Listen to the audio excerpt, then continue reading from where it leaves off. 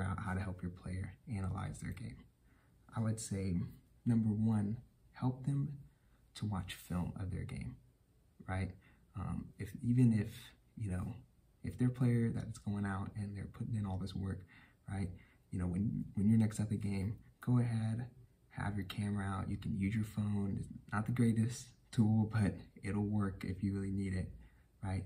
But film the game, right? And then after the game, maybe not right after, but maybe later on that day, or maybe later on that weekend or the next day, you go out and you guys watch the film together, and don't try to tell them, okay, this is what you need to work on, or this is what you struggled with, right? Just watch the game with them. Just be a spectator, right? More likely than not, they'll tell you what they feel like they need help with. Oh, I'm struggling right there, right? And just ask them questions, right? If they're struggling in that particular area, and we'll use that same decision-making and execution, ask them what they would do differently in that situation to solve that issue, right? What do they need to do next time that's going to give them success? And then number two, I would say watch pro games together, right? Go sit down and watch pro soccer games, because you just learned so much, right? And especially if you're the parent, really encourage your player to watch the best players that play their position, what they do in the same situation. Oh, let's watch the outside back here, right? Let's see what they do when they receive the ball under pressure. How do they get out of that situation? Oh, wow, that's really good, right? Have them watch them and take notes, right?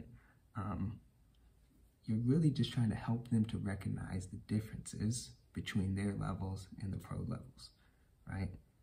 And maybe give them an action step, right? Maybe they don't want to hear this, but you know, have them write down 3 things that they maybe did differently.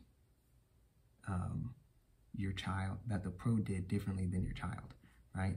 And just have them say, okay, well, wow, that first touch was amazing, or wow, he decided to cut inside here, or, you know, she received the ball back with her back turned to the field, but she did an awesome job of holding off pressure. She did an awesome job of flicking the ball and running around and catching it on the other side, right?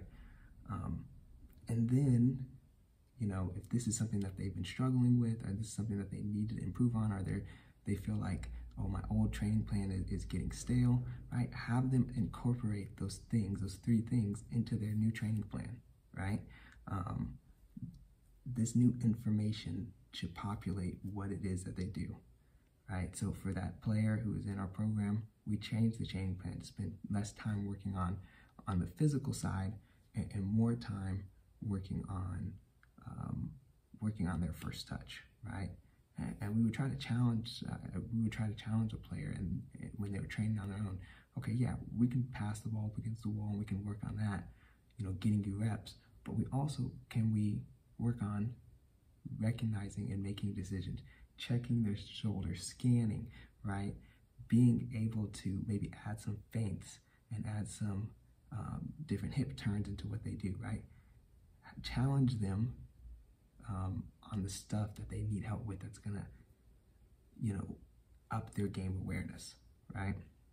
So again, this could apply to any sort of analysis that your player needs, that your child is struggling with, right? You know, there's a reason. I don't need a lot of you, a lot of the parents who listen to this, I know, probably have a business quarterly reports that they have to give, or they have yearly employee reviews that they have to do with, maybe if you're a boss, you have to do with your employees, or that you have to do with your own boss, right?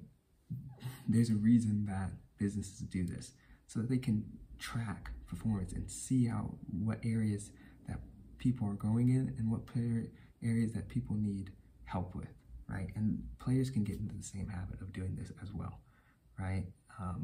You know, again, it may not end up getting them a raise in the same way it would for maybe somebody at a job, but it may well be the difference between them reaching their goals and following through with their plans. So if you are interested in having your player train in our program, either in person or they're interested in learning more about our mental training program, please feel free to reach out to me. Right? There are ways to contact me in the description box below. Until then, go ahead and make sure to check out our podcast. We'll have another episode coming out next Wednesday. But until then, take care.